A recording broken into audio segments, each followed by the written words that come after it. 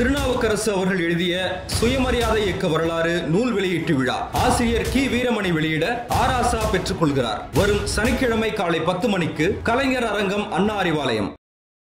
அவரு தான் 2026 தேர்தலில் ஒரு முக்கியமான பிளேயரா இருக்க போறாரு. So what triggered him to start a party now? விஜய்க்கு மாமன்ற பிரதிநிதிகள் அவங்களாம் வந்து விஜய் முகத்தை காட்டியே நாங்கள் ஓட்டு வாங்கணும் அப்படின்னு.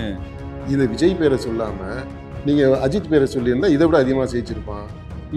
வடிவேல் பேரை சொல்லியிருந்தா அது ஒரு 10-50 பேர் ஜெயிச்சிருப்பாங்க. விஜயோட அரசியல் வருகைன்றது சீமானுக்கு ஒரு பெரிய பயத்தை ஏற்படுத்தியிருக்கு. அவருடைய செயல்பாடுகள் நீங்க பார்க்கும்போது அவர் உண்மையிலே யாருக்குமே எதிரி கிடையாது. அவர் வந்து ஷூட்டிங் தான் நடத்திட்டு இருக்காரு. ஒரு திரை உச்சத்துல இருந்து அப்படியே நேரா கோட்டைக்கு அப்படியே ஷார்ட்கட்ல நேரா அந்த ஆகாய விமானம் போறது மாதிரி அப்படியே போயிடுறது. இது எப்படி நடக்க முடியும்? கீழே வாங்கியா, தரைக்கு வாங்கியா? அதுல இனிமே இருக்குமா பதறேன்னா ஒய் பிரிவு பாதுகாப்புலாம் கொடுத்துருக்காங்க. இது யார் இந்த ஒய் பிரிவு பாதுகாப்பு கொடுத்தாங்களோ அவங்களுக்கு என்ன அப்படின்னா இவருடைய மூவ்மெண்ட் எல்லாத்தையுமே க்ளோஸா இருந்து கண்காணிக்க முடியும். அதிமுகவும் தாவேகாவும் சேருவது அதுதான் தாவேகாவினுடைய முடிவாக இருக்கும்.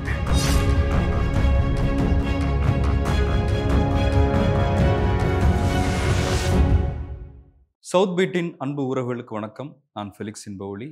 இந்த நேர்காணலில் நாம் சந்திக்கிருப்பவர் மக்கள் ஆய்வு நிறுவனத்தின் இயக்குனர் பேராசிரியர் ராஜநாயகம் அவர்கள். வணக்கம். வணக்கம். வணக்கம். பதர், சமீபமாக நீங்கள் வந்து ஈரோடு கிழக்கு இடைத்தேர்தலில் ஒரு சர்வே ஒன்று ரிலீஸ் பண்ணியிருந்தீங்க. கிட்டத்தட்ட அந்த முடிவுகள் வந்து நீங்கள் சொன்ன மாதிரியாக தான் வெளியாகியிருக்கு. அதில் குறிப்பிட்டு சொல்லணும்னா, இப்போ விஜய் அரசியல் கட்சி தொடங்கியிருக்கிறார் இல்லையா, தமிழக வெற்றி கழகம். அவருக்கான ஆதரவு அப்படின்றது ஒரு 18% இருக்குது அப்படின்ற மாதிரி நீங்கள் சொல்லியிருந்தீங்க. இப்போ சமீபமாக தேர்தல் வியூக வகுப்பாளர் பிரசாந்த் கிஷோர் அவரும் வந்து 15-20% விஜய்க்கான வாக்குகள் இருக்குது அப்படின்னு சொன்னது ஒரு விவாத பொருளாக மாறியது. உண்மையாகவே அது இருக்கா, இல்லை வந்து விஜய்க்கு ஒரு செல்வாக்கு இருக்கிற மாதிரி கட்டமைக்கிறாங்களா அப்படின்ற ஒரு கேள்வி இருக்குது. நீங்கள் அதை எப்படி பார்க்குறீங்க? நம்ம இந்த இடைத்தேர்தல் களத்தில் இந்த நடத்தின அந்த ஆய்வு, அதாவது ஒரு தொகுதியில் நம்ம பண்ணியிருக்கிறோம். அந்த தொகுதியுமே கூட இடைத்தேர்தலை சந்திக்கிற சூழலில் இருக்கக்கூடிய தொகுதி. அங்கே களத்தில் நின்னவங்க நேரடியாக தேர்தலில் நின்னது யாருன்னா திமுகவும் நாம் தமிழரும். அவங்க 2 பேருக்கும் தான் களத்தில் தேர்தல் களத்தில் இருந்தாங்க. மற்றவங்க பிரச்சாரத்தில் அதில் இருந்திருக்கலாம். இந்த பின்னணியில் தான் நம்ம இன்றைக்கு யாருக்கு ஓட்டு போடுவீங்க அப்படின்ற கேள்வியை கேட்டோம். அதுக்கு பதில் சொல்லியிருக்கிறாங்க. அதில் அந்த ரிசல்ட்டை நம்ம சொல்லியிருக்கிறோம். அடுத்த கேள்வி என்ன பண்ணோம்னா, வரப்போகிற 2026 சட்டமன்ற தேர்தல் வரப்போகுது. அதில் யார் ஆட்சிக்கு வந்தால் நல்லா இருக்கும்னு நீங்கள் விருப்பப்படுறீங்க, நீங்கள் விரும்புகிறீங்க, அவங்களுடைய விருப்பத்தை நம்ம கேட்டிருக்கிறோம். 2 வேறு அணுகுமுறைகள், பார்வைகள். ஒன்று இடைத்தேர்தல் சம்பந்தமா யாருக்கு ஓட்டு போடுவீங்க அப்படின்றது, இன்றைக்கு தேர்தல் நடந்தால் யாருக்கு ஓட்டு போடுவீங்கன்ற நம்ம கேட்டிருக்கிறோம். அது வந்து டெசிஷன், அவங்க ஒரு முடிவை சொல்றாங்க, தெரிவிக்கிறாங்க. இன்னும் முடிவு செய்யலை அப்படின்றதையும் அவங்க தெரிவிச்சிருக்கிறாங்க. முடிவு செய்தவங்க நான் இந்த கட்சிக்கு ஓட்டு போடுவேன் அப்படின்ற விஷயத்த சொல்லியிருக்கிறாங்க. அது ஒரு முடிவு. இந்த 2026 தேர்தலை பற்றி நம்ம கேட்டது அவங்களுடைய விருப்பம், அவங்களுடைய எதிர்பார்ப்பு. இப்படி இவங்க வந்தா நல்லா இருக்கும் அப்படின்ற அந்த எதிர்பார்ப்பை தெரிவிச்சிருக்கிறாங்க. அந்த எதிர்பார்ப்புல தான் முதலிடத்துல திமுக 33.3 விழுக்காடு, 2வது இடத்துல அதிமுக 19.4, அதுல இருந்து கொஞ்சம் ஒரு விழுக்காடு குறைவா 18.7 விழுக்காடோட தமிழக வெற்றி கழகம். அடுத்தது நாம் தமிழர் 11 விழுக்காடு, பாஜக 3.5 விழுக்காடு. இது வந்து அவங்களுடைய விருப்பத்தை தெரிவிக்கிறாங்க. ஆதரவு அப்படின்னு வேணா நம்ம சொல்லலாம். ஆனா இந்த ஆதரவு எல்லாம் வாக்காக மாறுமா அப்படின்றது கேள்விக்குறி. எல்லா கட்சிகளுக்குமே தான், தாவேகாவுக்கு மட்டும் இல்லை. இது வந்து வாக்கா மாறுமா? ஏன் அப்படி அந்த கேள்வி வருது அப்படின்னா, இதுலயே நம்ம மற்ற கேள்விகளும் கேட்டிருக்கிறோம் இல்லையா, அவங்களுடைய இன்றைக்கு வாக்களிக்கிற அந்த முடிவை இவங்க எந்த கட்சியினுடைய உறுப்பினராக இருக்கிறாங்க அல்லது வழக்கமா எந்த கட்சிக்கு ஓட்டு போட்டுட்டு வந்திருக்கிறாங்க அப்படின்றது. அதுல அதிமுகவுக்கு வழக்கமா நாங்க ஓட்டு போடுவோம். நான் ஓட்டு போடுவேன் அப்படின்ற பதில். அல்லது அதிமுகவுல உறுப்பினரா இருக்கிறேன். திமுகவுல உறுப்பினரா இருக்கு. கட்சியில உறுப்பினரா இருக்கிறேன். அல்லது திமுக கட்சிக்கு தான் வழக்கமா நான் ஓட்டு போட்டுட்டு வருவேன் அப்படின்றது. அந்த பதில 2யும் சேர்த்து வச்சிருக்கிறோம். அதாவது திமுக உறுப்பினர்கள் அல்லது திமுக கட்சியினுடைய அ அ மிக அனுதாபிகள்னு சொல்லுங்க. அனுதாபிகள் மட்டும் இல்ல, அதையும் கடந்து இவங்க வந்து கட்சி சார்புடையவங்க. திமுகவுக்கு சார்புடையவங்க. சார்புடைய பார்வை. அதே மாதிரி அதிமுக கட்சி உறுப்பினர்கள், அதிமுக சார்புடையவர்கள். நாம் தமிழர் கட்சி, அது கட்சி உறுப்பினர்கள், அல்லது அதனுடைய சார்பாக இயங்கக்கூடியவர்கள். அந்த வரிசையில தான் இவங்க அ இது தமிழக வெற்றிக் கழகம். அந்த வெற்றிக் கழகம் புதுசா ஆரம்பிச்ச கட்சியினால அது சொல்றதுக்கு கொஞ்சம் டைம் எடுத்து தான் வாயில வருது. விஜய்னா ஈஸியா விஜய் சொல்லிடலாம் கட்சி. நினைக்கிறேன். விஜய் கட்சி இல்ல. அதுக்கு ஒரு பேர் கொடுத்திருக்கிறாரு. அந்த பேரை மதிச்சு நம்ம கத்துக்குவோமே. ஸோ நாம் தமிழர் கட்சி, தமிழக வெற்றிக் கழகம். அந்த தமிழக வெற்றிக் கழகம் அதையும் அந்த கட்சியில உறுப்பினரா இருக்கிறவங்க. ஏன்னா அவங்க வந்து இன்னும் ஓட்டு இன்னும் போடலை இல்லையா? ஸோ உறுப்பினராக இருக்கிறேன் அப்படின்னு சொல்லி இருக்கிறவங்க. இந்த பெர்சன்டேஜை எடுத்துக்கிட்டோம்னா நாம் தமிழக வெற்றிக் கழகத்துக்கு உறுப்பினராக இருக்குன்னு சொல்றவங்க 7.2 விழுக்காடு. ஓகே, சரி. இப்போ இன்றைக்கு ஓட்டு போட்டா யாருக்கு போடுவீங்கன்ற கேள்வி இருக்குது பாத்தீங்களா? அந்த இடைத்தேர்தல் களத்துல அதுக்கு பதில் சொல்லி இருக்கிறது இல்ல. இந்த தாவேகா கட்சியினுடைய உறுப்பினர்கள் அவங்க என்ன பதில் சொல்லி இருக்கிறாங்கன்னா, திமுகவிற்கு 15.2 விழுக்காடு ஓட்டு போடுறேன்னு இருக்கிறாங்க. ஓட்டு போடுறாங்க. திமுக தான் ஃபீல்ட்ல இருக்காங்க இல்லையா? இருக்காங்க. அத நான் சொல்ல. நான் அந்த பாயிண்ட் இன்னும் எக்ஸ்பிளைன் பண்ணிக்கிறேன். தாவேகாவினுடைய கட்சி உறுப்பினர்கள் என்று சொல்லுபவர்கள் இன்றைக்கு இடைத்தேர்தல் சூழல்ல தாவேகா களத்தில் இல்லாத பட்சத்துல திமுகவும் நாம் தமிழரும் மட்டும் இருக்கின்ற அந்த சூழல்ல திமுகவுக்கு ஓட்டு போடுறேன்னு 15.2 விழுக்காடு சொல்றாங்க. நாம் தமிழருக்கு ஓட்டு போடுறேன்னு 35.8 விழுக்காடு சொல்றாங்க. இந்த தேர்தலில் ஆர்வம் இல்லை, அல்லது நான் அப்புறம் பார்ப்போம் அப்படின்னு சொல்லக்கூடிய ஆட்கள் 49 விழுக்காடு. இதே மாதிரி ஒவ்வொரு கட்சிக்குமே நம்ம சொல்லி இருக்கிறோம். அந்த நீங்க ரிப்போர்ட்டை பாருங்க. அதாவது தாவேகாவினுடைய உறுப்பினர்கள் தாவேகா களத்தில் இல்லாத போது என்ன பதில் சொல்லி இருக்கணும்? தேர்தலை புறக்கணிக்கிறாங்க. கட்சி அபிஷியலா புறக்கணிக்கிற போது அப்ப என்ன சொல்லியிருக்கணும்? நான் ஓட்டு போட மாட்டேன் அப்படின்னு இருக்கணும். அல்லது நான் வந்து நோட்டாவுக்கு போடுவேன் அப்படின்னு சொல்லியிருக்கணும். இல்ல, தாவேகாவோட தலைமை வந்து சரியான ஒரு முடிவை எடுத்து அவங்க அறிவிக்கல இடைத்தேர்தல் சம்பந்தமா. இவங்களுக்கு போடலாம், போட வேண்டாம். இல்ல, ஆனா தேர்தலை புறக்கணிக்கிறோம்னு சொல்லிட்டாங்க. புறக்கணிக்கிறோம்னு சொல்லிட்டாங்கன்னா நம்ம அவங்க என்ன பண்ணுவாங்க? அப்புறம் நோட்டாவுக்கு போடுறது அந்த ஆப்ஷனே இருக்கே. இந்த திமுகவுக்கு எப்படிங்க ஓட்டு போட முடியும்? திமுகவை தான் அவர் எதிர்க்கிறாரு. ஊழல் ஆட்சின்றாரு, குடும்ப ஆட்சின்றாரு, இதை ஒழிக்கணும்ன்றாரு. அந்த மாதிரி வார்த்தைகளாக அவர் பயன்படுத்தி இருக்கிறாரு.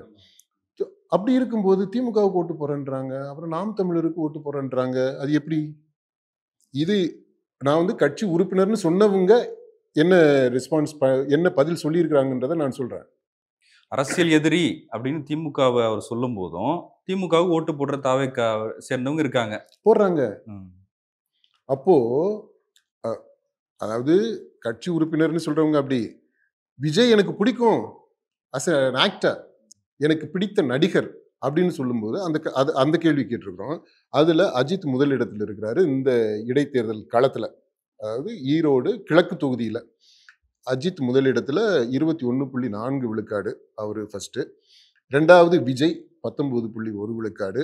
மூன்றாவது ரஜினி 14.3. கமல் அடுத்து, அப்புறம் விஷால் வந்து அந்த மதகஜ ராஜா படம் அதை ஒட்டி வந்த அந்த ஒரு சிம்பத்தி, அதனால அவர் பேரு கொஞ்சம் மனசுல இருந்ததுனால அப்படியே பிடிச்ச நடிகர் அப்படின்றத சொல்லியிருக்கிறாங்க. நம்ம இந்த முதல் 2 பேர் இவர் விஜய் மட்டுமே எடுத்துக்கிறோமே, விஜய் ரசிகர்கள் 19 விழுக்காடு.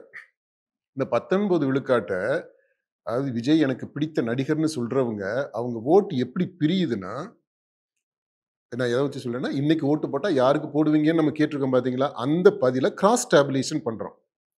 விஜய் ரசிகர்கள் என்ன சொல்லியிருக்கிறாங்க, யாருக்கு ஓட்டு போடுறாங்க அப்படின்றத நம்ம பார்க்கிறோம். ஆய்வுபூர்வமா நம்ம பார்க்கிறோம். அதுல விஜயுடைய ரசிகர்கள்ல 55.6 விழுக்காடு திமுகவுக்கு ஓட்டு போடுறாங்க. நாம் தமிழருக்கு 11 விழுக்காடு ஆர்வம் இல்லைன்னு மற்றவங்க சொல்றாங்க. அப்போ ரசிகர்கள் இன்னும் அதிகமா திமுக சார்பா இருக்கிறாங்க. ஏன்னா அவர் ரசிகர்கள் எனக்கு இப்ப சினிமான்ட்டு வரும்போது பல கட்சிகளை சேர்ந்தவங்களும் இருப்பாங்க. திமுக கட்சி உறுப்பினர்கள் எம்ஜிஆர் ரசிகரா இருந்து திமுக ஓட்டு போடுற மாதிரி அப்படி கூட இருக்குது. எம்ஜிஆர் பிடிக்கும், எம்ஜிஆர் பிடிக்கும், நடிகரா இவரை பிடிக்குது. ஆனா கட்சின்னு வரும்போது இங்க இப்போ இவர் கட்சியை இப்பதான் அவர் ஆரம்பிச்சிருக்கிறாரு. இப்போ ஆரம்பிச்சிருக்கிற போது அதுதான் இதுல கவனிக்க வேண்டியது. ரசிகர்களாய் இருக்கிறவங்க ஓட்டு பிரியுது. எல்லாமே இவர் சொல்றது மாதிரி இவர் சொன்னதை கேட்டு ஓட்டு போடக்கூடியவங்களா இல்லை. இந்த தேர்தலை நோட்டாவுக்கு 19% வந்திருக்குது அப்படின்னு சொன்னா பரவாயில்லடா. விஜயோட ஆதரவாளர்கள் எல்லாம், விஜயுடைய ரசிகர்கள் எல்லாம், அல்லது விஜய் கட்சி உறுப்பினர்கள் எல்லாம் இப்பதான் சொல்றாங்களே ஏதோ கோடியெல்லாம் தாண்டிடுச்சுன்றாங்க உறுப்பினர்கள். ஸோ அவ்வளவு உறுப்பினர்கள் அவங்க எல்லாருமே தேர்தலை புறக்கணிச்சிருக்கிறாங்க, கொள்கை பற்றோட இருக்கிறாங்க அப்படின்னு நம்ம எடுத்துக்க முடியும். ஆனா அப்படி நடக்கல. நோட்டாவுக்கு எத்தனை % வந்திருக்குது? ஆக்சுவல் ரிசல்ட் நம்ம சொன்னதுதான் அவ்வளவுதான் வந்திருக்கு. இல்ல அப்ப நாம் தமிழருக்கும் அதை விட அதிகமா போடுறாங்கல்ல. இப்ப தாவேக உறுப்பினர்கள் வந்து திமுக விட அதிகமா போடுறாங்க. தாவேக அந்த 7% 7.2 விழுக்காடு சொன்னேன் இல்லையா, அந்த 7.2 விழுக்காடுல 35.8 நாம் தமிழருக்கு சொல்றாங்க. ரசிகர்னு பார்க்கும்போது நான் என்ன கேட்க வரேன்னா, சீமான் வந்து ரொம்ப தீவிரமா விஜய் எதிர்ப்பு அரசியல பேசுறாரு இருக்காரு. நீ வந்து இந்த பக்கம் நிக்கணும் இல்ல அந்த பக்கம் நிக்கணும், நடு ரோட்ல என்ன லாரி அடிச்சிருவன்லாம் சொன்னாரு. அந்த வசனம்லாம் ரொம்ப பிரபலமா இருந்த காலகட்டத்துல கூட. ஆனா தாவேக்கால இருக்கிறவங்களுக்கு சாய்ஸ்னு ஒண்ணு இருக்குல்ல, திமுக, நாம் தமிழர் இல்ல நோட்டா. அதுக்கு நோட்டாக்கு போடுறதுக்கு பதிலா இதுல போடலாம் அப்படின்ற ஒரு எண்ணம் தானே அது. அதுதான் சொல்றேன். அந்த எண்ணம் இருக்கு. விஜய் ரசிகர்கள், விஜய் கட்சி உறுப்பினர்கள் அப்படின்னு சொல்றவங்களே இன்னும் முழுமையாக விஜய் கட்சி உறுப்பினராகவில்லை அப்படின்ற மனசளவுல இன்னும் அந்த உறுதிப்பாடு வரல, கன்வின்ஸ் ஆகல. இவர் கொள்கை கோட்பாடுன்னு எல்லாம் சொல்றாரு பாத்தீங்கன்னா, 5 தலைவர்களை வச்சுட்டு அந்த 5 பேரையுமே பாருங்க அவர் வீட்டுக்குள்ள கொண்டு வந்து வச்சுக்கிட்டாரு. எல்லாமே வீட்டுக்குள்ள அடக்கம். அது அலுவலகம். அது சரி, ஏதோ அலுவலகம். பனையூர்ல அந்த கட்சி அலுவலகம் இருக்கு, அலுவலகம் வெளியே அங்க வச்சுக்கிட்டாரு. சரி, ஸோ எல்லாமே அங்க வந்துடுது. அது வேற டாபிக், அதை விட்டுருவோம். இப்ப அந்த மாதிரி அவருடைய கொள்கை அப்படின்னு முழக்கம்ட்டாரு. அந்த முழக்கம் எல்லாம் முழுவதாக அவருடைய கட்சி உறுப்பினர்களால் உள்வாங்கப்படவில்லை, ஜீரணிக்கப்படல, தன்வயமாக்கப்படல. அதுல ஒரு உறுதிப்பாடு, நிலைப்பாடு அது இன்னும் வரல அப்படின்றத தான் இந்த இடைத்தேர்தல் முடிவு காட்டுது. இல்ல ஆனா ஒரு மாஸ் புல் பண்றதுக்கான கெப்பாசிட்டி விஜய்க்கு இருக்கு. அவரு தான் 2026 தேர்தலில் ஒரு முக்கியமான பிளேயரா இருக்க போறாரு. இன்னும் அதிமுக விஜய் கூட்டணி வந்தா திமுகவுக்கு வந்து தோல்வி முகமா கூட அது அமையும் அப்படின்னு தானே ஸ்ட்ராட்டஜிஸ்ட் சொல்றாங்க. இல்லை, 2 கூட்டணி ஒன்று அதை பண்ணலாம். இப்போ விஜய் அவருக்கு மாஸ் புல்லிங் கெப்பாசிட்டி இருக்கு அப்படின்றதுல சந்தேகமே இல்லை. விஜய்க்கு மட்டும் இல்லை, அஜித் வந்தாருன்னா இந்த கூட்டம் வராதா? அவர் அரசியலுக்கு வரலையே. இல்ல, அஜித் வந்தாருன்னா கூட்டம் வருமா? வரும் வரும் வரும். ரஜினிக்கு கூட்டம் வந்துச்சா வரலையா? வந்துச்சு. இப்போ வருமா வராதா? வரும் வரும், கூட்டம் வரும். அப்போ இந்த கிரவுட் புல்லிங், கரிஸ்மா அப்படின்றது, கிரவுடை கவர்றது அப்படின்றது ஏறத்தாழ எல்லா நடிகர்களுக்குமே இருக்கு, முன்னிலையில் இருக்கக்கூடிய நடிகர்களுக்கு இருக்கு. சாதாரணமா ஒரு சாதாரண நடிகர் வந்தாலுமே கூட வேடிக்கை பார்க்கறதுக்கு ஆயிரக்கணக்கில் கூட்டம் கூடிடுறாங்களே. இவர் வந்து உச்சத்துல இருக்கிற நடிகர்னு சொல்லி இருக்கிறாரு. ஸோ அப்போ உச்சத்துல இருக்கிறவருக்கு அதுக்கேற்றது மாதிரி கூட்டம் வரத்தானே செய்யும். கூட்டம் வரும் இல்லையா? நடிகருக்கு கூட்டம் வருங்க. இந்த கூட்டம் என்பது வாக்காளர்களுடைய கூட்டமா, ஓட்டு போடுறவங்க கூட்டமா? அதுதான் நான் சொல்றேன். இந்த ஈரோடு இடைத்தேர்தலையே அதற்கான தெளிவு இருக்கு. நம்ம புரிஞ்சுக்கணுன்ற மைண்ட் செட் எப்படி இருக்குது. அதாவது பார்க்க வர்றாங்க, அதான் ரசிகர்னு, நான் விஜய் ரசிகர்னு சொல்றவங்களே முழுச கன்வின்ஸ் ஆயிருந்தா எப்படி ஓட்டு போட்டிருக்கணும்? நான் விஜய் கட்சியில உறுப்பினரா இருக்கேன், மெம்பர், கட்சி உறுப்பினர் அட்டை வச்சிருக்கிறேன் அப்படின்னு சொல்றவங்க அவங்களே எப்படிங்க இன்னொரு கட்சிக்கு ஓட்டு போட முடியும்? மாத்தி ஓட்டு எப்படி எதிரிக்கு ஓட்டு போட முடியும்? என்னதான் பணம் கொடுத்தாலும். அப்போ பணம் கொடுத்தாக்க வேலை மாறிடுவாங்களா? அந்த அளவுல தான் இருக்காங்களா? இல்ல அப்போ அதாவது என்னன்னா, இந்த கூட்டம் வருது அப்படின்றது ஒரு தேர்தலுக்கான கிரைட்டீரியன் இல்லை. அதை வச்சுக்கிட்டு தேர்தல் வாக்கு இவ்வளவு வரும் அப்படின்றதுக்கான அடையாளம் அது இல்லை. இல்ல அப்ப நான் கேட்கறது என்னன்னா, இப்ப நீங்க சொல்ற அந்த 18%, பிரசாந்த் கிஷோர் சொல்ற அந்த 15ல இருந்து 20%, இப்ப அதுல ஏதாவது டேலி ஆகுதா? அது நம்ம சொல்லி இருக்கிறது இங்க இந்த 18% சொல்லி இருக்கிறது அவங்க விருப்பத்தை தெரிவிச்சிருக்கிறாங்கன்னு சொல்றேன். இதுல எல்லாருமே ஓட்டு போடல. அதைத்தான் பிரிச்சு காட்டியிருக்கிறேன். இப்போ ஓட்டுன்னு போட்டா அதிகபட்சமா போனா அந்த 7.2 விழுக்காட்டு சொன்ன பாத்தீங்களா உறுப்பினர்கள்ட்டு அவங்களுடைய வாக்கு வேணா ஒரு இப்ப அதுவுமே உறுதி இல்லை. ஓகே, ஒரு ரீசனபிளா ஒரு ஒரு இவங்க போடுவாங்க அப்படின்னு எதிர்பார்க்கிறோம் அப்படின்னா ஒரு 80 விழுக்காடு ஒரு சர்டனிட்டியோட சொல்றோம் அப்படின்னா அது இந்த 7.2 சொல்லலாம். அதுக்கு மேல சொல்றது எல்லாமே கற்பனை தான், ஆர்வம் தான், ஆவல் தான், ஆசைப்படலாம். ஊடகங்கள் அப்படி ஒரு கதையை ஒரு ஜோடனையை ஒரு கதையை கட்ட அமைக்கிறாங்க, ஒரு சித்தரிப்பு. இதுவரை 3 நிகழ்ச்சிகள்ல விஜய் கலந்துகிட்டு அது ஒரு பெரிய ஒரு பேசு பொருளா அமைஞ்சிருக்கு. ஒண்ணு அவருடைய முதல் மாநாடு, இரண்டாவது எல்லோருக்குமான அம்பேத்கர் அப்படிங்கிற புத்தக வெளியீட்டு விழா, மூன்றாவதுன்றது பரந்தூர் அவர் போய் பேசினது. இந்த 3 கவர்னரை பார்க்க போனதை விட்டுட்டீங்க. கவர்னரை போய் சந்திச்சிருக்கிறாரு. அங்க பேசல அவரு.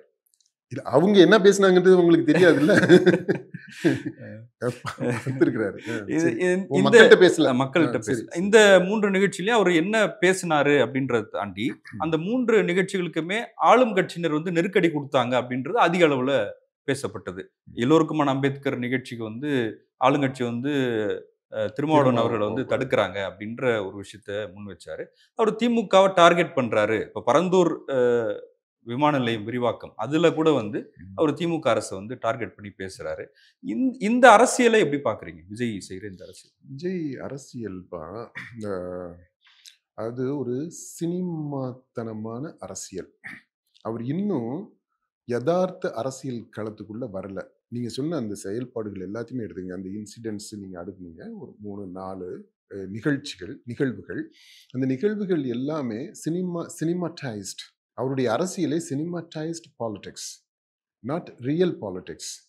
ஏன் சொல்றேன் அப்படின்னா, சொல்லுங்க. ஏன்னா அவருடைய சூழ்நிலை அப்படித்தான் இருந்திருக்கு. அவருக்கு தெரிந்த யதார்த்தம் என்பது சினிமாவில் அவர் பார்த்த யதார்த்தம். அவர் நடித்த படங்கள்ல அவர் என்ன சமூக சித்தரிப்பை பார்த்தாரு, ஏழை பணக்காரன் அப்படின்ற அந்த விஷயங்கள் எல்லாமே பார்த்தாரு இல்லையா, அதுதான் அவருக்கு தெரிஞ்ச யதார்த்தம், சமூக யதார்த்தம்.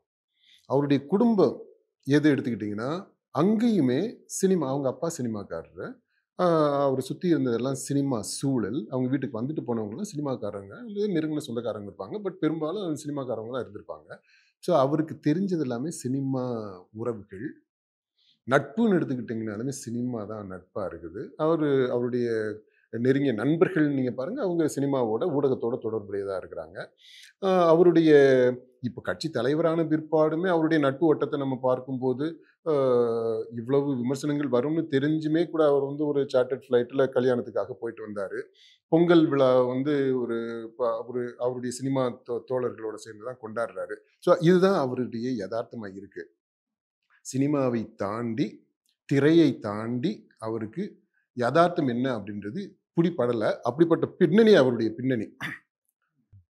His whole background is such. அப்போ சரியான ஆட்களை கூட வச்சுக்கலன்றீங்களா? இல்ல, அப்படி நான் சொல்ல வரல. அதாவது அதுதான் அவருக்கு தெரிந்த யதார்த்தம். இப்ப என்ன செய்யணும்னா, அவரு கட்சியை ஆரம்பிக்கணும்ன்றாரு.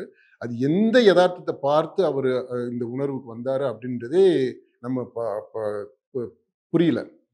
ஏன்னா அவருக்கு தெரிஞ்சது திரை வழி யதார்த்தம், அதாவது சினிமா மீடியேட்டட் ரியாலிட்டி. அதுதான் அவருக்கு தெரிந்த ரியாலிட்டி. இப்போ இதுல அவருக்கு இம்மீடியட்டா திமுகவை எதிர்ப்பதற்கு காரணம் என்னவா இருக்கலாம், குடும்ப ஆட்சி அப்படின்றது தெரியுது. குடும்ப ஆட்சி என்னன்னா, இந்த உதயநிதி அவருடைய ஏஜ், அவர் படித்த அதே கல்லூரியில் படித்தவர், அதே சினிமா துறையோட சம்மந்தப்பட்டவர், அந்த அந்த இது வருது. ஸோ அப்போ அவர் வர்றாரு, அவர் அரசியலில் அவர் ஏறுமுகமாக போகிறாரு, எம்எல்ஏ ஆகிட்டாரு, அப்புறம் மினிஸ்டர் ஆகிட்டு டெபுட்டி மினிஸ்டர் சிஎம் ஆயிடுறாரு. அதுதான் அவருக்கு தெரிந்த யதார்த்தம். இதுவுமே கூட நீங்கள் பாருங்கள், அந்த சினிமா வட்டத்துக்குள்ள இருந்து தான் வருது. So what triggered him to start a party now? Vijaya இன்றைக்கு இப்போ சூழ்நிலையில் இன்னைக்கு கட்சி ஆரம்பிக்கணும் அப்படின்னு எது அவரை தூண்டியது? அந்த கேள்வி எல்லாம் வருது. ஓகே, இதுதான் அவருடைய பேக்ரவுண்டு. இந்த சூழல்ல அவரு இப்ப கட்சி தலைவராயிட்டார். மக்களிடமிருந்து ஏதோ ஒண்ணு நம்ம சம்பாரிச்சிருக்கிறோம். திருப்பி அந்த மக்களுக்கு ஒரு சேவை மனப்பான்மையோட செய்யறது, அது அரசியல் ஒரு வழியா இருக்கு.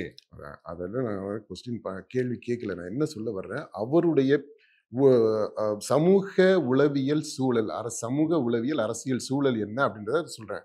அவருக்கு நல்ல மனசு இருக்குன்றதெல்லாம் நான் கேள்வி கேட்கல. ஆனா அவருக்கு நல்லது செய்யணும்னு நினைக்கிறாரு பாத்தீங்களா, இவங்களுக்கு செய்யணும்னு. அவங்க இவர் நேரடியா போய் பார்த்தவங்களா, இல்ல சினிமா மூலமாக தெரிஞ்ச அவங்களா? திரை தான் மீடியேட் பண்ணியிருக்கு. இப்போ களத்துக்கு வந்துட்டாரு. களத்துக்கு வந்த பிற்பாடு அவருடைய செயல்பாடு எப்படி இருக்கணும் அப்படின்னா, மக்கள்கிட்ட நேரடியா போகணும். மக்களை அணுகாதவர்கள், மக்களை நெருங்காதவர்கள், மக்களோடு பழகாதவர்கள், மக்கள் இருக்கின்ற தளத்தில் அவர்களோடு இணையாக, அவர்களுக்கு சமமாக களத்தில் நிற்காதவர்கள், மக்களிடமிருந்து பணிவோடு கற்றுக்கொள்ளாதவர்கள், அரசியலை மக்களிடமிருந்து கற்றுக்கொள்ளாதவர்கள், அரசியலில் மக்களை வழிநடத்துவதற்கு தகுதியற்றவர்கள். மக்களிடமிருந்து கற்றுக்கொள்ளாம எப்படி நீங்க மக்களை வழி நடத்த முடியும்? இப்ப அதனாலதான் சொல்றேன். இப்ப அவர் மேற்கொண்ட அந்த நிகழ்வுகள் எல்லாத்தையுமே நீங்க பாருங்க. இந்த cinematised politics, cinema as an entertainment, அது நமக்கு தெரியும். அரசியலும் ஒரு என்டர்டெயின்மெண்ட்டா மாறுது பேரலா. இந்த என்டர்டெயின்மெண்ட் இன்னொரு விதமான என்டர்டெயின்மெண்ட். அந்த டைனாமிக்ஸ் நீங்க பார்த்தீங்க அப்படின்னா, திஸ் இஸ் சினிமடைஸ்ட் பாலிடிக்ஸ். விஜயோடது. ஆமா. இல்ல விஜயோடதா இல்ல இன்றைய அரசியலே அப்படி போகுது. ஆனா இவருடைய அரசியல் முழுக்க முழுக்க அந்த சினிமா வயப்பட்ட அரசியலாக இருக்கு. இப்போ அதுல இருந்து வெளியில வரணும் அவரு. இதை பயன்படுத்திக்கலாம். சினிமாவினுடைய அந்த அவருடைய அறிமுகத்தை, அந்த பிரபல்யத்தை அவர் பயன்படுத்திக்கலாம். அதை வந்து நம்ம குறையா சொல்ல முடியாது. ஆக்சுவலா தட் இஸ் ஸ்ட்ரெங்க். ஆனா இவர் என்ன பண்றாரு, சினிமாவில் உச்சத்துல இருக்கிறாரு, அவரே சொல்லி இருக்கிறாரு. உச்சத்துல இருந்து அதை விட்டுட்டு இறங்கி வர்றாரு. யாரு உங்களை வர சொன்னது, இறங்க சொன்னது யாரு? இல்ல அந்த கேள்வி வருது. இறங்கி எங்கேயா வந்திருக்கிறாரு அப்படின்றது. ஏன்னா இறங்கி வந்து வேலை செய்யறாரு அப்படின்னா, இங்க இது இன்னொரு துறைப்பா அரசியல்ன்றது. அப்போ உனக்கு தெரியாத விஷயம் தானே அது. அதை கத்துக்கணும் இல்லை நம்ம ஃபர்ஸ்ட். ஏபிசிடில இருந்து ஆனா ஆவணால இருந்து ஆரம்பிக்கணும். இது ஒரு என்ஜினியர் ஒருத்தர் சூப்பர், அதுல டாப்ல இருக்காரு, எக்ஸ்பர்ட், அல்ல ஒரு பெரிய சயின்டிஸ்ட், ராக்கெட்டே ஏவுறவர்பா, அங்க போறவர், அவ்வளவு தூரம் அறிவுள்ளவர், ராக்கெட் ஏவுற சயின்டிஸ்ட். இந்த பக்கம் வந்து ஒரு நோயாளி ஒருத்தர் இருக்காருப்பா, ஒரு சர்ஜரி பண்ணணும் அவசரமா. நான் உச்சத்துல இருக்கேன், இங்க ராக்கெட் ஏவுறேன், சயின்டிஸ்ட். அதனால இங்க வந்து நான் ஆப்ரேஷன் பண்ணுவேன், ஆப்ரேஷன் தியேட்டருக்குள்ள போய் ஆப்ரேஷன் பண்ண முடியுமா? முடியாது இல்லையா? அப்போ ஆப்ரேஷன் பண்ணா அதுக்கு பாடம் இருக்கு, அதை கத்துக்கணும். தேர்தலுக்குரிய அந்த துணை பொதுச் செயலாளர் அப்படிங்கிற பதவியெல்லாம் அந்த கட்சியில உருவாக்கப்பட்டு அதுக்கு ஆதவ அர்ஜுனா போட்டிருக்காங்க. அவரு ஒரு ஸ்ட்ராட்டஜிஸ்டா இருப்பாரா? அவர் அந்த கட்சி கட்டமைப்பு எப்படி பாக்குறீங்க? அதான் அதாவது யதார்த்தத்துக்குள்ளேயே வரலப்பா. அவங்க வரணும் ஃபர்ஸ்ட். தாவிகாவை பொறுத்த மட்டும் இல்ல, இந்த விஜயினுடைய அணுகுமுறை, அதாவது ஊடகத்துல பேசு பொருளா அவர் இருக்கணும், தொடர்ந்து பேசு பொருளாக இருக்கணும். அப்படின்னா அதற்கு என்ன செய்யணுமோ அதை அவங்க செஞ்சுக்கிட்டு இருக்கிறாங்க. இது மக்களை மையப்படுத்திய அரசியல் இல்ல, அட்டென்ஷன் சீக்கிங், அவருக்கான அரசியல். அவரு அதாவது இந்த அரசியல் களத்துல அவர் இருக்கிறாருன்றது தொடர்ந்து பேசப்படணும், கவனத்திலேயே இருக்கணும். அப்படிதான் நீங்க அதுக்கு இன்சிடென்ட்ஸ் எல்லாத்தையுமே நீங்க பாருங்க, டைமிங்க பாருங்க, பேரலா சீமானும் அதை செய்யறாரு அப்படின்னு சொல்லப்படுது. அண்ணாமலையும் அந்த அட்டென்ஷன் சீக்கிங் செய்யறாரு. அதை எப்படி ஒப்பிடுறீங்களா? ஆமா, அது எல்லாருமே ட்ரை பண்றாங்க. இப்ப விஜய் புதுசா கட்சி ஆரம்பிக்கிறாங்க. விஜய் பற்றி பேசுறதுக்கு என்ன காரணம் அப்படின்னா, அவரு ஒரு இப்போ புதுசா களத்துக்குள்ள இறங்கி இருக்கிறாரு. அவருக்கு மற்றவங்களை விட அதிகமான வரவேற்பு இருக்கு. மக்கள் ஆர்வத்தை வெளிப்படுத்துறாங்க. ஏன்னா புதுசா ஒருத்தர் வர்றாரு, ஒரு பெரிய பின்னணியில இருந்து வர்றாரு, ஒரு கிளாமர் அந்த பின்னணியில இருந்து வர்றாரு. ஸோ அதனால அவரை பற்றி நம்ம பேசுறதுனால அவரை நம்ம குறிப்பிட்டு சொல்றோம். ஒவ்வொருத்தருமே இந்த மாதிரி தான் செய்றாங்க, ட்ரை பண்ணிட்டு இருக்கிறாங்க. அண்ணாமலையார் அண்ணாமலை ஐயா வந்து அவர் சாட்டையால அடிச்சுக்கிட்டாரு. ஸோ அது அது அதெல்லாம் அதெல்லாமே அந்த திட்டத்தில் செயல் திட்டத்தில் வரக்கூடிய நடைப்பயணம் போயிருக்கிறாரு. ஆஹ் இன்னைக்கு வரைக்கும் செருப்பு போடாம தான் இருக்காரு போல. அது அது விரதத்தில் இருக்கிறாருன்னு நினைக்கிறேன். ஸோ அந்த இது இது இது ஒரு பக்கம் இருக்கு. இப்போ விஜய் பற்றி நம்ம பேசுறதுனால அவரை பற்றி மட்டும் சொல்றோம். மற்றவங்க இதுல இருந்து விதிவிலக்கா இருக்கிறாங்கன்னு சொல்றதுக்கு இல்லை. இல்ல இப்போ விஜய் எடுத்துக்கிட்டனால இந்த யதார்த்த களத்துக்குள்ள அவர் வரல. அவர் வர்றதுக்கு அவர் விரும்பலையா, அல்லது இப்படி ஒரு யதார்த்தம் இருக்குன்றது அவருக்கு இன்னும் தெரியலையா, அல்லது அவர் வர விரும்பினாலும் கூட இருக்கிறவங்க அவர் வர வேண்டாம் அப்படின்னு தடுக்கிறாங்களா,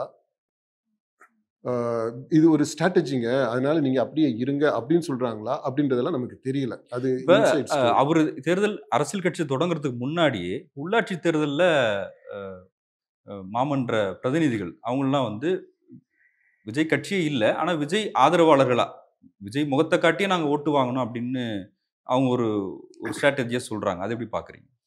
எத்தனை பேருங்க, எத்தனை உள்ளாட்சி தேர்தலில் எத்தனை போஸ்ட், எத்தனை பதவிக்கான தேர்தல் அது, இவங்க எத்தனை பேர் ஜெயிச்சாங்க?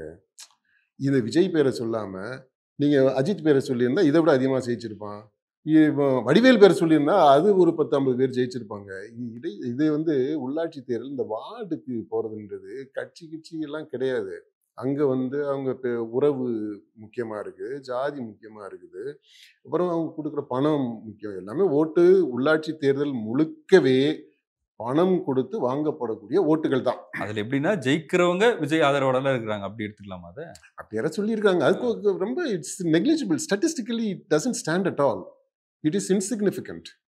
அவர் வந்து இப்ப சீமான ஒரு எதிரியா பார்க்கல, பாஜகவை வந்து கொள்கை எதிரி அப்படின்னு சொல்லிட்டாரு. அரசியல் எதிரியா திமுகவை தான் ஃபிக்ஸ் பண்றாரு. இப்போ திமுக கூட்டணி ரொம்ப வலிமையா இருக்காங்க.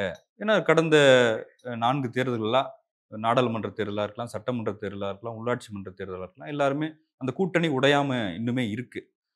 அப்ப விஜய் வந்து என்ன மாதிரியான ஒரு விஷயத்தை முன்னெடுப்பாரு? அதிமுகவும் விஜயும் சேர்ந்தா கண்டிப்பா திமுக வீழ்த்த முடியும் அப்படின்ற ஒரு ஸ்ட்ராட்டஜியை சொல்றாங்க. எப்படி பார்க்குறீங்க? இப்போ நீங்க சொன்னதுலேயே ஒரு அசம்ஷனோட தான் சொல்றீங்க திமுக கூட்டணி இன்டாக்டா இருக்கு, வலுவா இருக்குது. இன்னைக்கு வரைக்கும் இருக்கு. அப்படி இல்லை.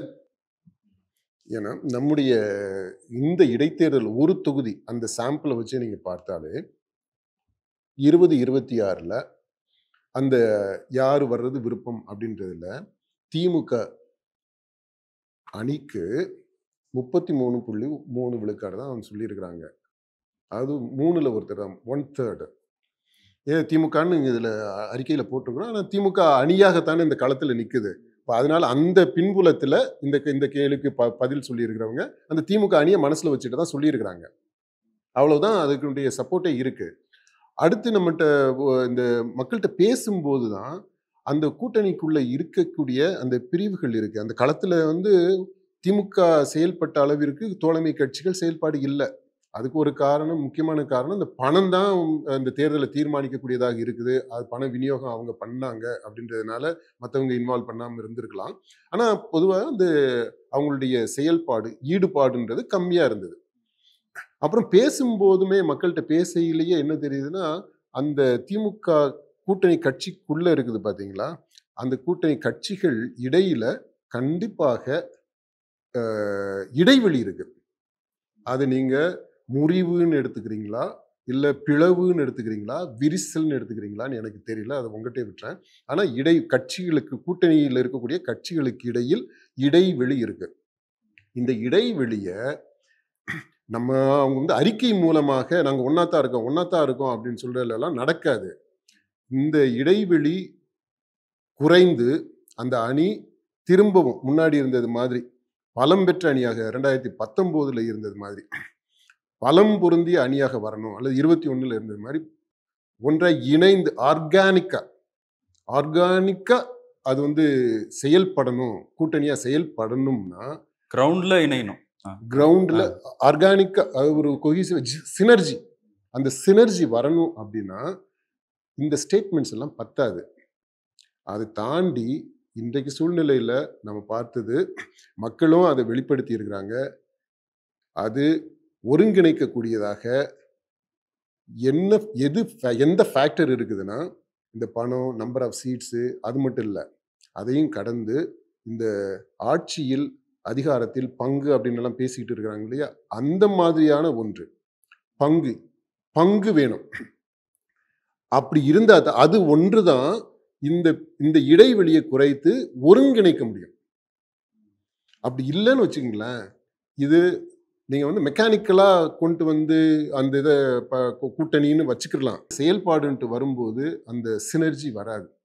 அதாவது 1+1+1 = 3, 4 அப்படின்னு அப்படி மல்டிப்ளை ஆகாது.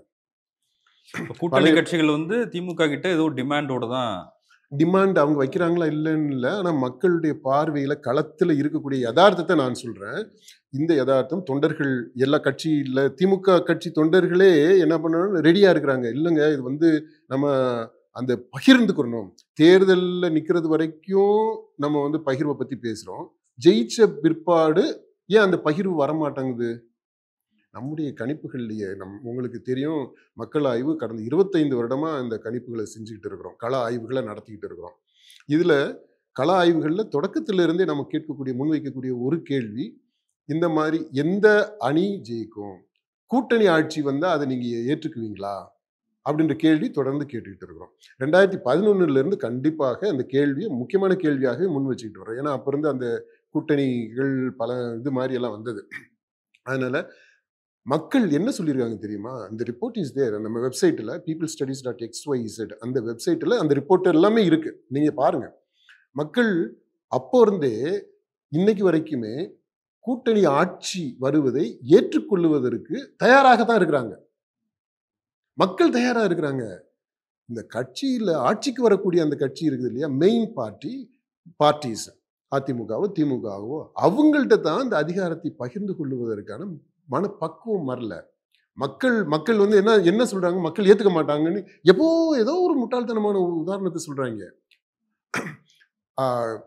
இது வரைக்கும் ட்ரை பண்ணியிருக்கிறாங்களா? நீங்க ஆட்சியில அந்த பகிர்ந்து கூட இருந்த தேர்தல் களத்துல உங்க கூட நின்று ஜெயிச்ச அந்த கூட்டணி கட்சிகளோடு மந்திரி சபையில அவங்களுக்கு இடம் கொடுத்து அதை வந்து மக்கள் ஒதுக்கியிருக்காங்களா? தமிழ்நாட்டில் அப்படி நடந்திருக்கா இது வரைக்கும்? நீ யாருக்காவது இப்போ திமுக ஆட்சியில் இருக்கு, விசிகாவுக்கோ காங்கிரஸுக்கோ நீங்க மந்திரி அமைச்சர் பதவி கொடுத்து ஆட்சியில சேர்த்து அது வந்து மக்கள் இல்லை நீங்க பண்ணது தப்பு, அதனால நாங்க வந்து நாங்க போட்ட ஓட்டை திரும்ப பெற்றுக்கிறோம் அப்படின்னு சொல்லியிருக்காங்களா? செய்யவே இல்லையேங்க. சரி, இப்ப அதை விஜய் வந்து அதை முன்னிறுத்துறாரு இல்லையா? ஆமா, அது இங்க கூட வரணும்னு நினைக்கிறவங்க வாங்க அப்படின்றாரு. ஆட்சியிலும் பங்கு, அதிகாரத்திலும் பங்குன்ற குறித்து பேசுறாரு. ஆமா. இப்போ அது என்ன, திமுக வலுவான கட்சின்னு சொன்னதுனால நான் சொல்றேன், அந்த கூட்டணி வலுவாகணும்னா இது இருந்தா தான் அது வலுவே ஆக முடியும். இன்றைக்கு இருக்கக்கூடிய சூழ்நிலையில அது ஒரு பலம் இழந்த, பலவீனம் அடைந்து வரக்கூடிய கூட்டணியா தான் இருக்கு. அதுதான் யதார்த்தம், கள யதார்த்தம். சரி, இப்போ அடுத்தது விஜய்க்கு வரும். விஜயினுடைய தாவேகா அந்த அவங்க அதிமுக கூட அணி சேர்ந்தால் என்ன நடக்கும் அப்படின்னா, நான் சொல்லிட்டு தாவேகாவிற்கு எவ்வளவு சப்போர்ட் இருக்குது அப்படின்றது நம்மளை பொறுத்த மட்டும் ஒரு 7 விழுக்காடு 7.2 விழுக்காடு அப்படின்றத ஓரளவிற்கு உறுதியாக சொல்ல முடியும். இந்த 18 அப்படின்ற விழுக்காடெல்லாம் கள ஆய்வுல நிறுவப்பட வேண்டியது, உறுதி செய்யப்படாத மக்கள் ஒரு தொகுதியில விருப்பமா தெரிவிச்சதை நம்ம சொல்லி இருக்கிறோம். ஸோ இதை அப்படியே எடுத்துக்கிட்டாலுமே கூட அதிமுகவோட சேரும்போது கண்டிப்பாக அடுத்து வரக்கூடிய தேர்தலில் திமுக இப்போ இருக்கக்கூடிய கூட்டணி, இந்த பக்கம் அதிமுக தாவேகா 2 கட்சிகள் சேர்ந்து இருந்தாலே களம் வந்து நல்ல சூடு பிடிக்கும். அந்த போட்டி என்பது ரொம்ப டஃப்பாக இருக்கும்.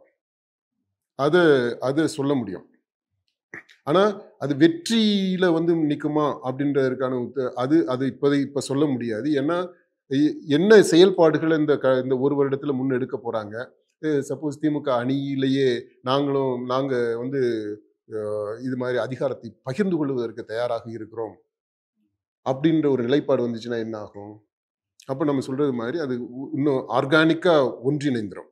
ஆனா உங்களுடைய அனுபவத்துல ஃபாதர், அதாவது இப்ப தாவேக்கா, அதிமுக வந்து ஒரு ஒரு ஸ்மூத்தா மெர்ஜ் ஆகும்னு நினைக்கிறீங்களா? கூட்டணியா? அதாவது அது ஆனால் அந்த ஃபைட்டு ஏன்னா வரும். இவரும் முதலமைச்சர் வேட்பாளரா இருக்காரு. அதிமுக ஒரு பெரிய கட்சி. அங்கேயும் ஒரு முதலமைச்சர் வேட்பாளர் இருப்பாரு.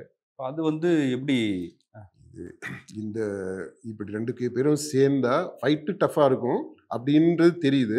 ஆனால் அது நிச்சயமாக நம்ம உறுதி செஞ்சுக்கணும், களத்தில் போய் பார்க்கணும். ஏன்னா நிறைய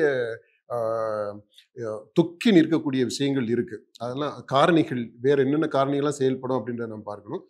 நம்ம களத்தை தமிழ்நாடு அரசியலை எடுத்துக்கிட்டோம்னா தேர்தல் களத்தில் தேர்தல் முடிவு மேலே தாக்கத்தை ஏற்படுத்தக்கூடிய காரணிகள் ஜாதி, அந்த எந்த ஜாதி கேண்டிடேட் அங்கே நிற்கிறாங்க அப்படின்றது, ஜாதி, மதம், கட்சி, அரசியல் கட்சி, எந்த கட்சி அப்படின்றது, கூட்டணி கட்சியா இந்த கட்சியா அப்படின்ற அந்த சின்னம், அந்த மாதிரி விஷயங்கள் எல்லாம் கட்சி. அப்புறம் சினிமா, ஊடகம், இப்போ திரைகள்னு வச்சுக்கலாம் 4வது இது. அப்புறம் அந்த வேட்பாளர் வேட்பாளர் யாரு அப்படின்றது, அவருடைய கிரெடிபிலிட்டி, அவருடைய செல்வாக்கு, செல்வம், இதெல்லாம் இருக்கு. இந்த 5 காரணிகளையும் ஒருங்கிணைக்கக்கூடியதாக பணம் இருக்கு. அது வந்து கிரீஸ் மாதிரி.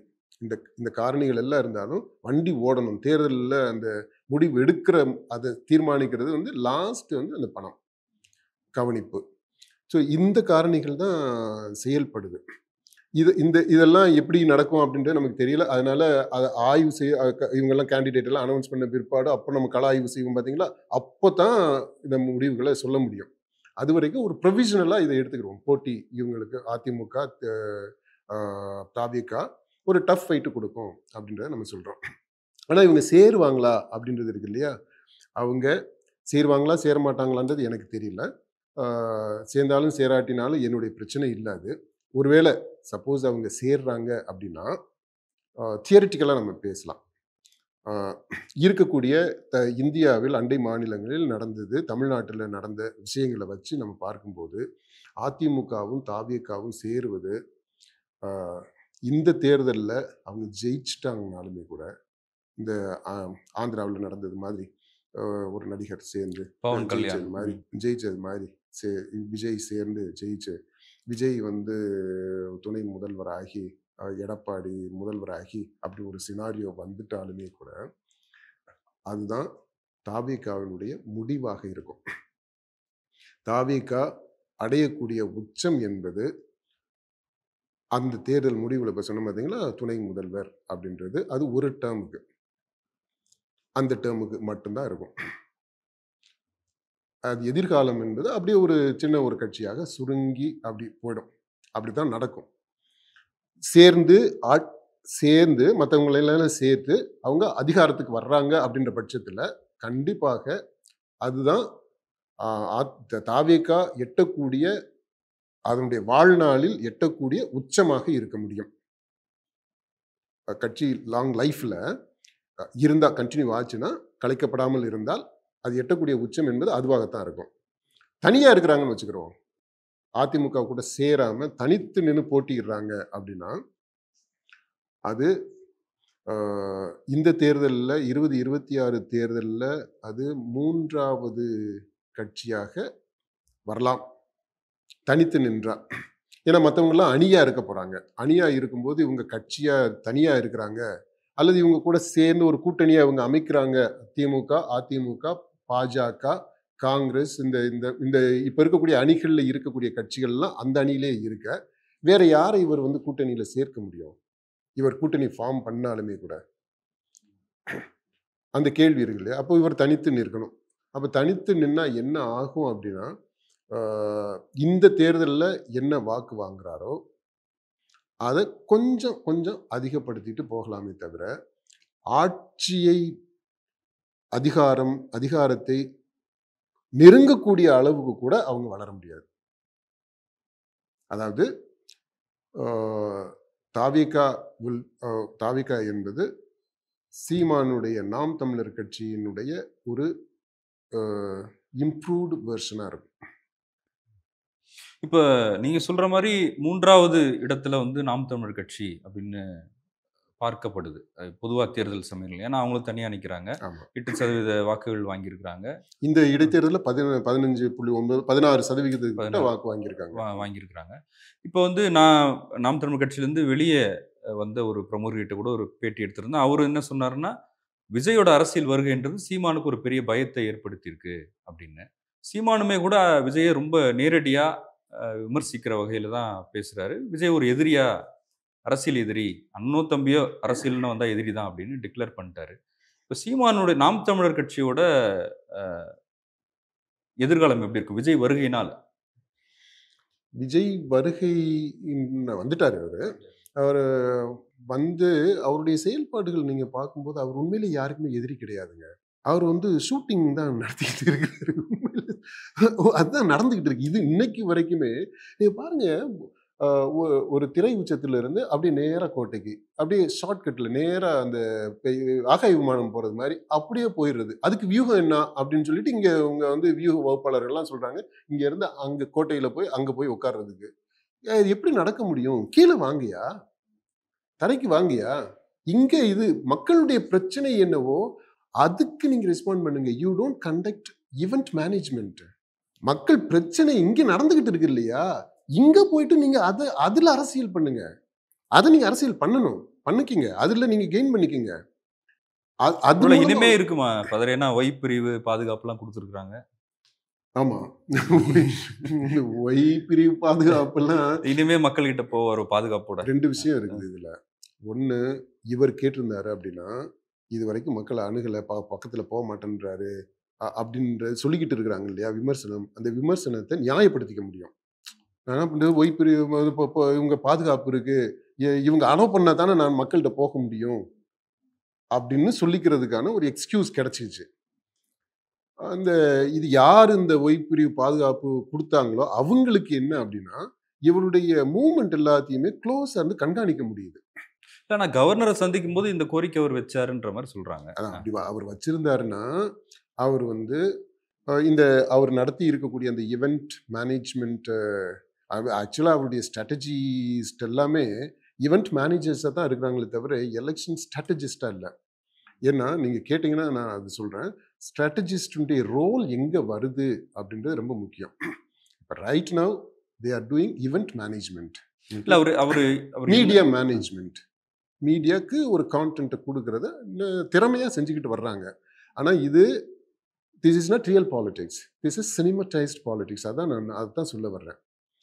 ஸோ அப்போ இந்த கட்சி நம்ம நாம் தமிழர் அதுக்கு எப்படி பாதிப்பு, எந்த கட்சிக்குமே இதனால பாதிப்பு இப்போ வரைக்குமே இல்லை.